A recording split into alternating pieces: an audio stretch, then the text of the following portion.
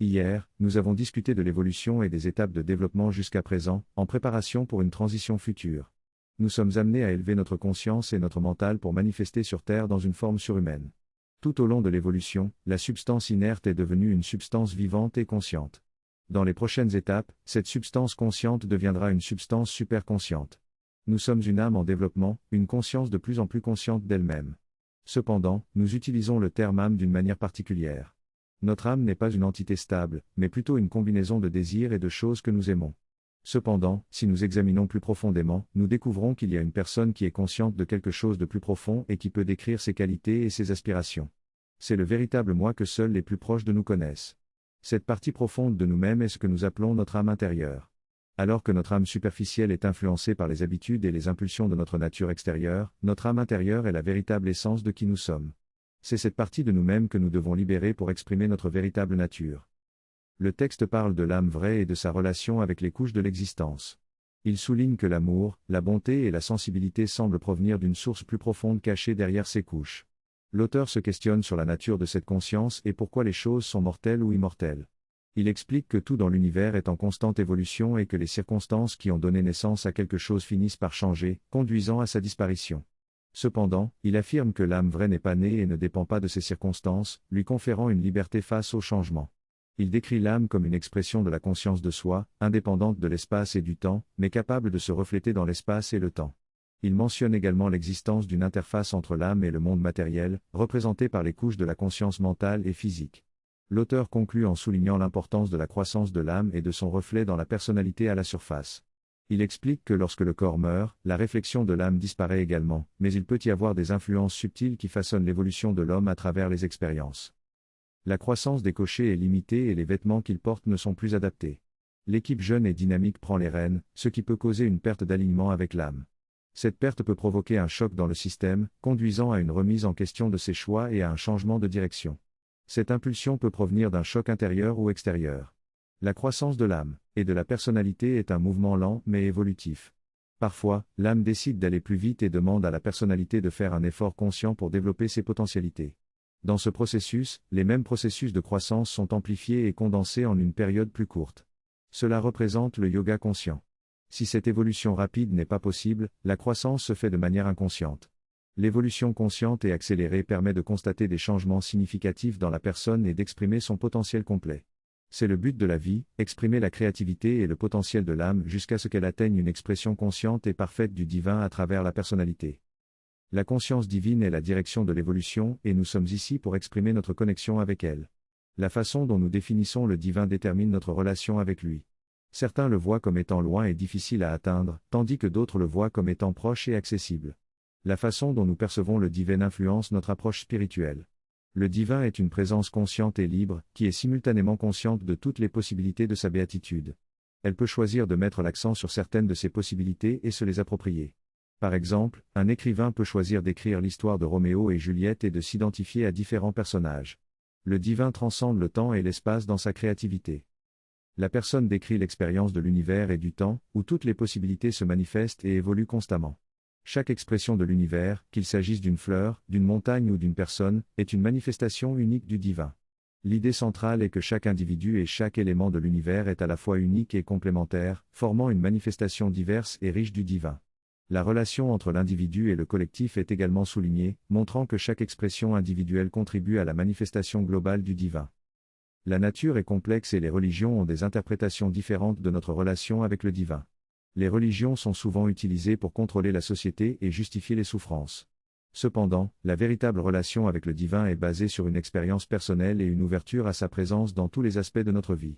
Il existe différentes façons d'entrer en relation avec le divin, mais cela commence par prendre conscience de nos propres impulsions et établir une connexion profonde. Dans ce texte, l'auteur explore 3 impulsions profondément ancrées en nous, le désir, l'action et l'offrande au divin. En pratique, on commence par l'impulsion de l'action, en se détachant du résultat attendu. En offrant le résultat au divin, on se libère du stress et on peut se concentrer pleinement sur l'action à accomplir. Cette offrande permet de recevoir une influence divine subtile qui améliore la qualité de notre effort.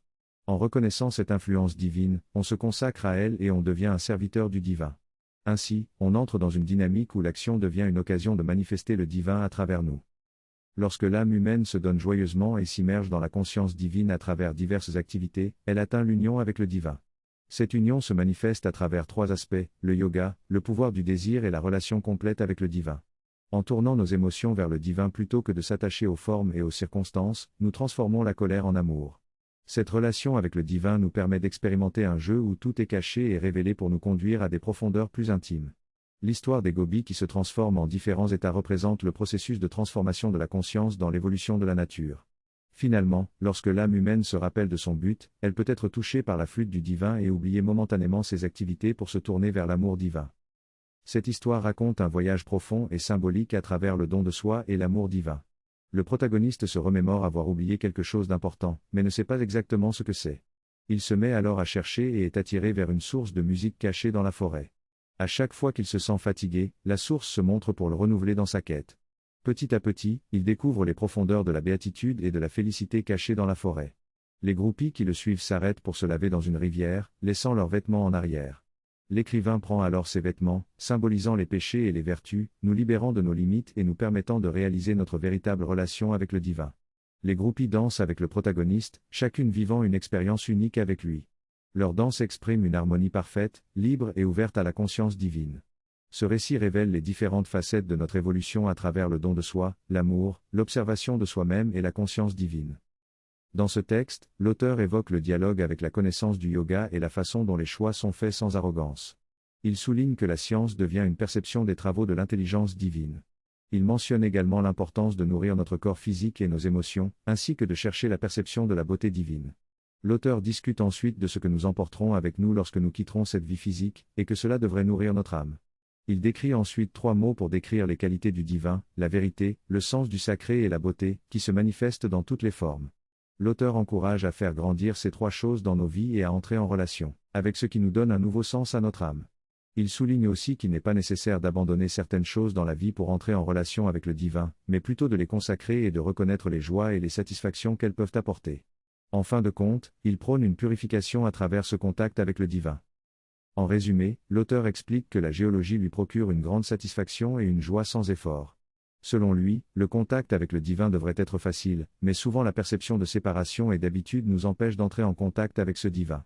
Il mentionne également que certaines religions et systèmes de croyance considèrent la souffrance comme un moyen d'atteindre le divin, en coupant les liens avec le monde matériel. Cependant, l'auteur propose de changer de perspective et de considérer que tout ce qui existe nous aide à grandir, y compris les aspects contradictoires du divin. Le mouvement de manifestation de la conscience divine peut prendre une forme pervertie. Cependant, il est également l'expression de la liberté divine. Le divin peut s'exprimer de différentes manières et cela inclut la possibilité de nier son existence ou de s'y opposer. Cette opposition est appelée l'aspect divin pervers. Il a un rôle dans l'évolution, car il permet de vérifier les faiblesses et les lacunes dans notre développement spirituel. Il nous pousse à devenir plus conscients et à développer nos capacités.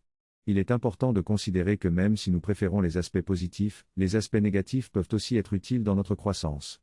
L'objectif est de transformer toute expérience, qu'elle soit positive ou négative, en une opportunité de progression et de joie. Il est nécessaire de se défaire de toute idée négative et de se concentrer sur notre évolution spirituelle de manière intégrale. Il existe différentes approches pour y parvenir, comme l'éveil de la conscience du corps ou la perfection de la conscience mentale. Ces approches demandent des efforts spécialisés et peuvent entraîner des sacrifices dans notre vie quotidienne. Cependant, elles permettent d'atteindre une plus grande clarté et une plus grande connexion avec le divin. La sagesse nous enseigne qu'en cas de problème, il est important de demander de l'aide et de suivre un système établi.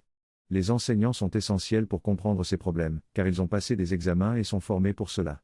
La notion de tantra est également cruciale, car elle complète notre capacité à comprendre et résoudre les problèmes. Dans cette perspective, la sexualité dans l'Occident est une manifestation de soi offerte au divin, une énergie qui relie l'univers à notre conscience. Cette énergie créatrice, qui se transforme à chaque étape pour devenir de plus en plus limitée, s'incarne dans la matière physique, mais garde toujours sa liberté et sa conscience divine. On appelle cette énergie la nature, elle est présente partout dans l'univers, elle est l'amour qui soutient tout. Nous devons nous donner à cette conscience libérée pour embrasser l'univers avec amour. La prière nous rappelle que chaque être humain est un temple sacré où la présence divine peut se manifester. Il est donc important de purifier notre corps et notre esprit pour permettre à cette présence divine de s'exprimer à travers nous. Le texte parle de la relation avec la Mère divine et du don de soi à cette divinité. Il souligne l'importance de se consacrer entièrement à elle pour entrer dans une pratique du yoga intégral. Il mentionne 3 efforts essentiels, l'aspiration consciente, le rejet de ce qui est incompatible avec cette aspiration et le don de soi. Il explique que plus on s'ouvre et se donne, plus il y aura de changement et de divinisation de notre être. Le texte mentionne également l'importance de prendre en compte la conscience du corps dans cette expérience spirituelle. Il conclut en disant que chacun peut trouver sa propre voie pour s'adhérer à la présence divine. Le yoga intégral présente plusieurs caractéristiques exceptionnelles. Tout d'abord, il ne demande pas une exigence particulière pour commencer, il suffit de commencer là où l'on est et de travailler à partir de là. Ensuite, il n'y a pas de méthode et d'étape fixe dans le yoga intégral, car il s'agit d'un mouvement multifacette qui intègre tous les aspects de la vie.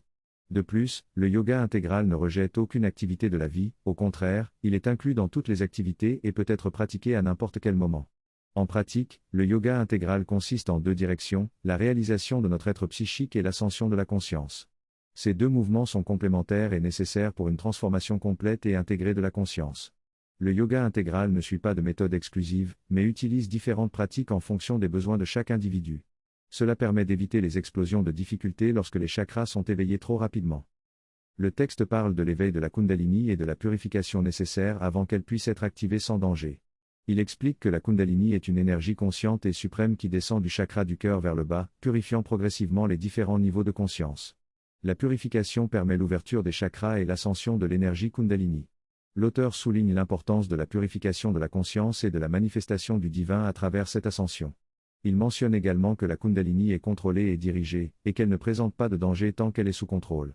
En outre, il explique que les différents aspects de l'existence humaine sont des expressions de la divinité et que la vérité ne peut jamais être détruite tandis que le faux peut l'être. Enfin, il précise que la purification permet à la volonté divine de s'exprimer à travers les différents aspects de l'existence et que cela remplace l'ego par la présence divine. La question est alors posée, pourquoi n'avons-nous pas naturellement conscience de notre nature divine ? Dans cette conversation, il est mentionné que dans l'enfance, il y a une influence directe de la présence divine, mais au fur et à mesure que nous grandissons, cette influence est couverte par le développement de couches qui nous séparent de cette expression divine. Cependant, il est possible de développer ces couches tout en restant transparent à l'expression de l'âme vraie. Il est également souligné que toutes choses dans l'univers prennent du temps pour être détruites et que nous avons le choix de préserver ou de détruire. L'évolution est décrite comme un mouvement horizontal où la nature joue avec les possibilités offertes par chaque capacité nouvellement acquise. Nous pouvons éviter les aspects négatifs en faisant un choix conscient. Le processus d'évolution est comparé à une création avec 3 aspects, l'individuel, l'universel et le transcendant. En se connectant au transcendant, l'individu peut accélérer son évolution et même influer sur la direction de la nature. Les yogis et les avatars sont mentionnés comme des exemples de ceux qui ont atteint cet état d'alignement avec le transcendant. La croissance personnelle est comparée à la croissance d'une plante, avec des mouvements rapides suivis de pauses pour intégrer les changements et réarranger les parties en déséquilibre. Pendant cette transition, on peut ressentir une perte de cette personnalité particulière. Le texte semble évoquer l'idée d'un développement personnel qui se produit en plusieurs étapes, avec des moments de pause pour intégrer les expériences vécues. L'auteur fait également une comparaison avec le marché boursier, suggérant qu'il y a des périodes de croissance rapide suivies de corrections. Il mentionne aussi que les guerres ne sont pas nécessaires pour élever la conscience, mais sont plutôt le résultat d'un manque d'harmonie et d'intégration. Cependant, elles peuvent être utilisées pour un développement plus progressif. En conclusion, l'auteur encourage à se centrer sur son aspiration profonde et à exprimer son amour et sa gratitude envers la présence divine.